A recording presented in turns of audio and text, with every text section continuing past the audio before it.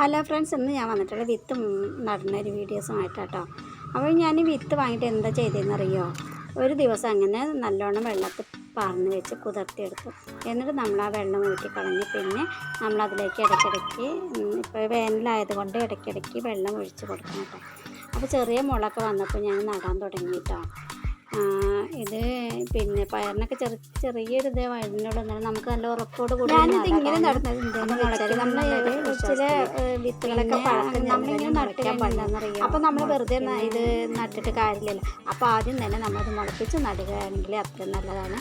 പിന്നെ മോളതെല്ലാം നനച്ച് കൊടുക്കും. ഞാൻ എല്ലാ ചട്ടിയിലൊന്നും വിത്ത് പാറിയിട്ടുണ്ട് കേട്ടോ.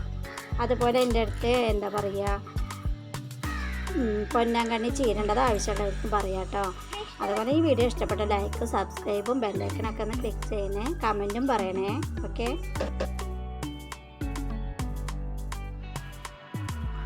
ഞാൻ ഈ വീഡിയോസ് ലെങ്ത്തായി ഇടാത്തത് എന്താണെന്ന് വെച്ചാൽ എല്ലാവർക്കും ബോറടിക്കുന്ന വിചാരിച്ചിട്ടാ ചെറിയ ഇതിൽ ഇടുന്നത്. പിന്നെ ഇതാണ് പൊന്നാങ്കണ്ണി ചീര കേട്ടോ.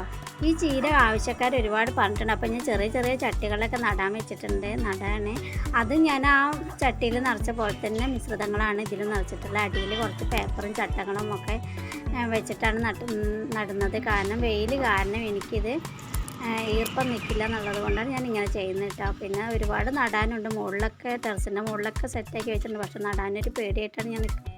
അപ്പോൾ ഇത് മുറിച്ചിട്ടാണെങ്കിലും ഞാൻ കൊടുക്കുന്നതാണ്. അപ്പോൾ വേര് പിടിച്ചിട്ടാണെങ്കിൽ അതല്ല ഏറ്റവും നല്ലതെന്ന് വിചാരിച്ചിട്ടാണ് വേര് വെച്ച് പിടിച്ചത്. ഒരുപാട് പേരായി എൻ്റെ അടുത്ത് ചോദിക്കുന്നു കേട്ടോ.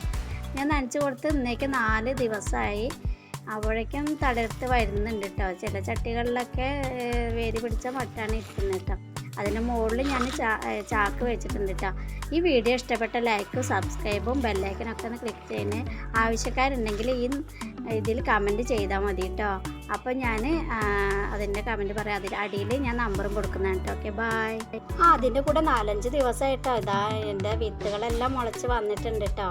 ഇനിയുണ്ട് പാവാനുണ്ട്. ഞാൻ മുഴുവനായിട്ടും പാകിയിട്ടില്ല കേട്ടോ. അപ്പോൾ എല്ലാം മുളച്ച് വന്നിട്ടുണ്ട്. അതിൽ എന്താണ് കക്കരിക്കയുടെ വിത്തുണ്ട് കേട്ടോ, തണ്ണിമത്തൻ്റെ ഉണ്ട്, എല്ലാം ഉണ്ട് ഇതിൽ കേട്ടോ. ഓക്കെ, വീഡിയോ ഇഷ്ടപ്പെട്ടാൽ ഞാൻ പറഞ്ഞ പോലെ എല്ലാവരും ഒന്ന് സപ്പോർട്ട് ചെയ്യാം. ഓക്കെ.